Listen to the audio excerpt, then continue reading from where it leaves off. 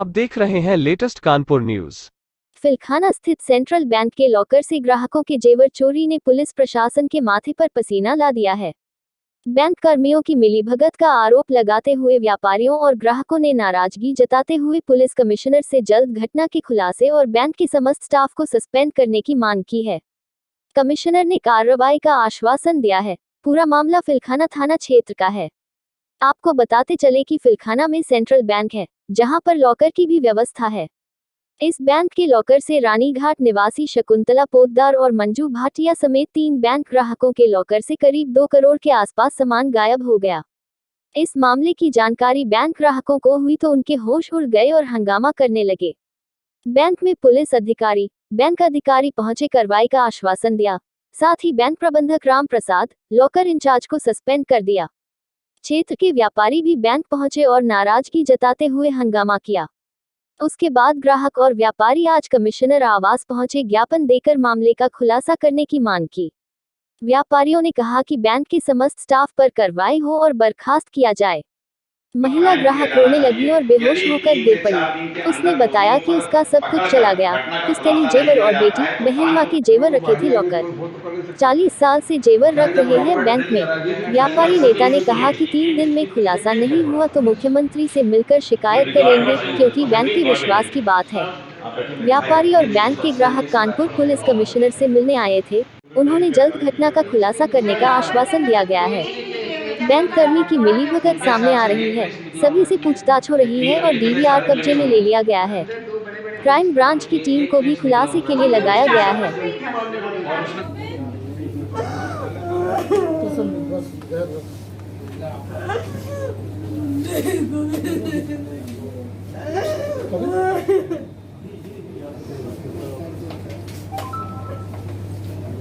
बेचारी 2 बजे से यहाँ परेशान है और सारा आया नहीं।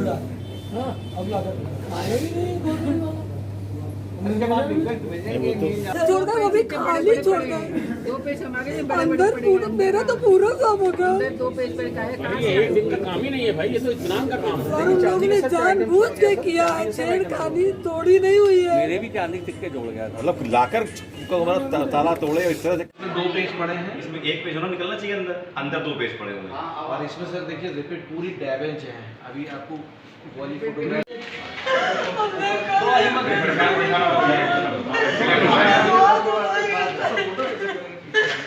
मेरी मदद कीजिए सर।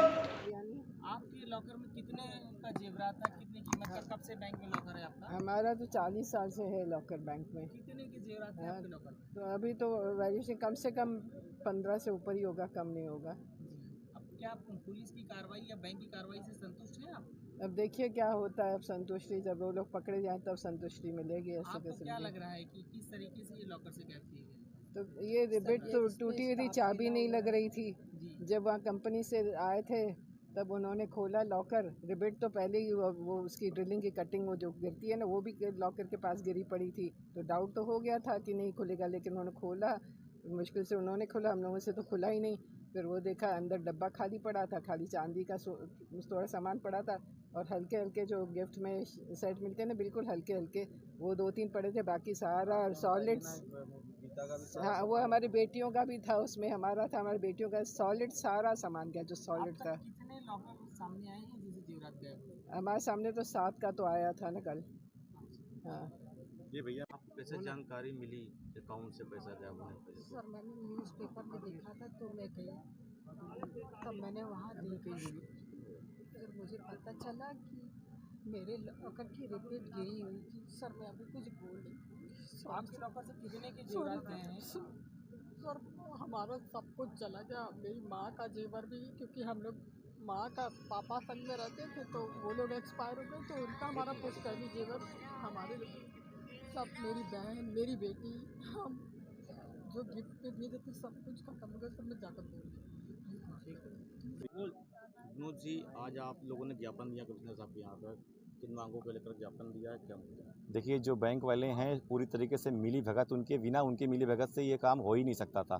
और हम लोगों की ये पूरी मांग है, पूरी बैंक को सस्पेंड करके उन पर कार्रवाई की जाए। जब कार्रवाई उन पर होगी तभी ये भेद खुलेगा। अगर ये 3 दिनों के अंदर ये अगर इसका भेद नहीं खुलता है तो हम उच्च स्तरीय जो है शासन के पास जाएंगे, माननीय मुख्यमंत्री और वित्त मंत्री तक पहुंचेंगे और इस लड़ाई को लड़ेंगे, क्योंकि ये लड़ाई आम जनमानस और ये बैंक के विश्वास उठने के लिए है। क्योंकि लोग अपनी जो सोना या पैसा बैंक में रखते हैं, जब बैंक में ही डकैती पड़ जाएगी, बैंक वाले ही डकैती करेंगे तो आम जनमानस कहाँ जाएगा? ये बड़े सोचने की बात है।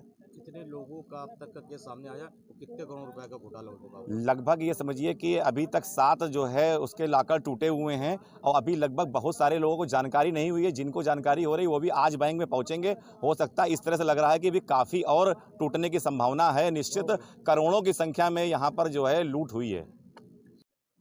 सर, जिस तरह सेंट्रल बैंक ऑफ इंडिया में लॉकर्स में टूटने और उसमें से जो जेवरात है वो गायब होने की खबर सामने आई है, बेहद चिंताजनक है। क्या कार्रवाई कर रहे हैं आप? देखिए, इसमें आज मुझसे व्यापार मंडल के लोग मिले थे और जो पीड़ित हैं वो भी साथ में आए थे, जिन्होंने बताया कि उनके लॉकर से सामान चला गया है। अभी तक इसमें 3 FIR पंजीकृत हो चुकी हैं और इसमें हमने जो उनका DVR था, जो CCTV वहाँ पे लगा हुआ था, वो हमारे कब्जे में ले लिया है। रजिस्टर हमारे कब्जे में है और जिस तरीके से घटना हुई है उससे ऐसा प्रतीत होता है कि इसमें बैंक के ही कुछ कर्मियों का रोल प्रतीत होता है। तो प्रत्येक कर्मी का जांच की जा रही है, पूछताछ की जा रही है और इसके अतिरिक्त मैंने क्राइम ब्रांच से एक स्पेशल टीम भी लगाई है उनके साथ, जो आज लोकल पुलिस के साथ सहयोग करके इस घटना का अनावरण करना सुनिश्चित करेगी। क्या सही सर, तो आपको नहीं लगता है कि सिक्योरिटी लैप्स है, क्योंकि बैंक एक ऐसी जगह है जहां लोगों का भरोसा सबसे ज़्यादा है। अब कहीं भरोसा कम होगा और सबसे बड़ी बात, बैंक के एम्प्लॉयज़ भी कहीं ना कहीं इसमें शामिल जरूर है। डेफिनेटली इससे भरोसा कम होगा और इसमें आपसे कह रहे हैं, इसके अंदर बैंक के बिना किसी कर्मी की नॉलेज के ये संभव नहीं है, क्योंकि जो लॉकर्स हैं वो अंडरग्राउंड में हैं।